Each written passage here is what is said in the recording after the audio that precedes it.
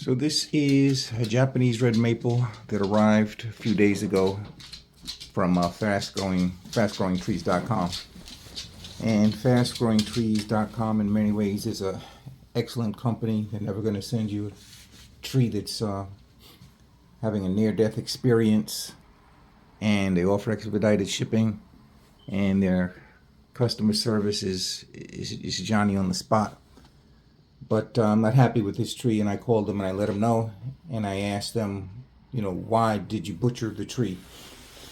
So if you look down here, there's so many cuts on this tree. Cut all the way back to the trunk, which means this is never going to regrow. Here's another one right here. This looks like it's one right here. And all in all, as I went up and down the tree, there's about like 7 branch cuts cut all the way back to the trunk, which means they'll never grow again. And then here's one again here, here's one right here, cut off on the top. So the tree is slightly over 3 feet tall, and the first branch, which is this one, doesn't occur until 2 feet. 2 feet up from the root. And so the tree looks ridiculous. And I'm like, why would you do that? Why would you make all these cuts on the tree? Those are now limiting my styling options. And so this is a choice, all this cutting that you did, these are choices that should be left up to the end customer, not made by fastgrowingtrees.com. And the reason that they did it, as far as I'm concerned, is to make it easier to fit it in the box. And my response to that is put it in a bigger box. And if they weren't cutting it for shipping purposes, then you were cutting it to hide defects. And if you had to cut to hide defects, then you shouldn't be selling the tree. So there's no sense of, downward vigor of sending the energy, the life force down, to the lower branches. And in fact, there are no lower branches right now. And so I called customer service to complain and told them, look, I'm not looking for a refund to send it back, but do you have any trees that you haven't butchered yet? And, the lady customer service said no. She said that they cut to propagate growth. And I'm like, look, are you serious? Listen, the more leaves a tree has, the more photosynthesis occurs, the more photosynthesis, the more growth. You cutting the tree like this is not propagating growth. If anything, it's stunting growth, which is why the trunk of this tree is so skinny for a tree that is about, I would estimate, 5 to 6 years old. So the logic is just not there. So that has been my experience with fast growing trees in the past, and I'm probably not going to be able to buy another tree from them in the future because of this, and it's a shame because they have so many good points. So my plan now with this tree, my first thought was to take a cutting and propagate it. But I think it is too late to do the cuttings on these branches because some of them are, starting to turn to wood already.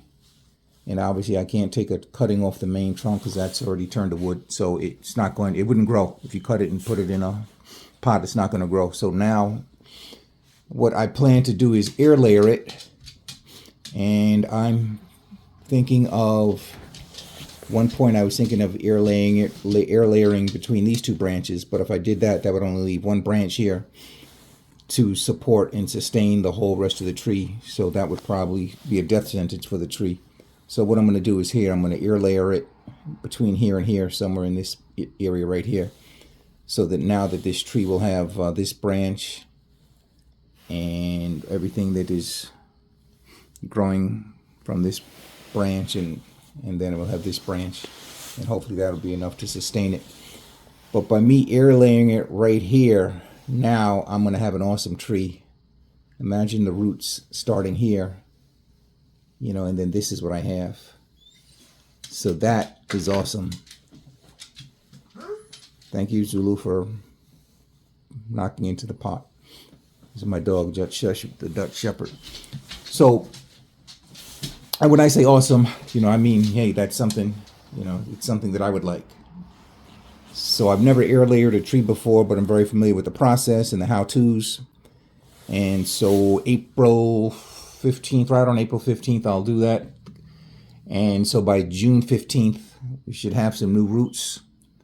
And then the new tree, will have the rest of the summer to grow. And so that would be my plan for the summer, just to keep it healthy and let it grow. So now we can compare that Japanese maple from Fast Growing Trees to this one that I just got from Home Depot online. I ordered online. And I can see one cut right here, which I'm of course not happy about. But you can see how the branching starts, much low to the soil, which is more natural. That's what you would expect. So overall, this is a much better looking tree. Look at all the branches on there, going all the way up. This is the Sangokaku Japanese maple. Yeah, so they did a much better job sending this. Again, I don't know why they had felt the need to cut this, but they did. And are there any other cuts going up? Yep, that looks like one right there. And that's really the only other one I see. So, although this looks like a cut also right there. But overall, this is a much better looking tree. You can see that this has the makings of something that's going to look real nice. So it's January now, 2024. I'm going to let this grow out this summer and not mess with it too much. Just try to keep it healthy for 1 year before I start tampering with it.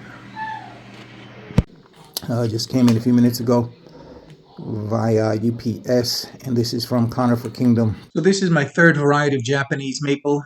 This one is the Mikawa Yatsubusa Japanese maple. And I ordered this one on January 4th. It was shipped on January 11th and arrived on January 19th. And this is from Connor for Kingdom.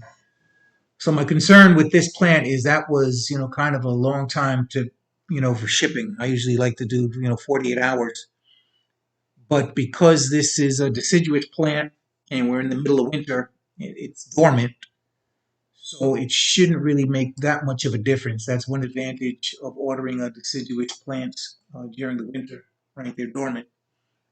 So it looks like it's, in pretty good condition. And today is February.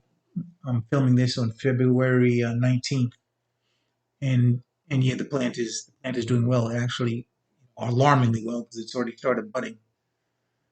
Looks very healthy, and looks like it was very well selected also. They didn't just throw anything and start chopping leaves and branches here and there.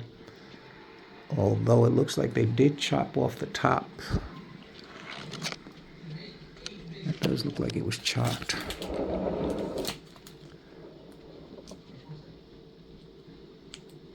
Hard to focus on that.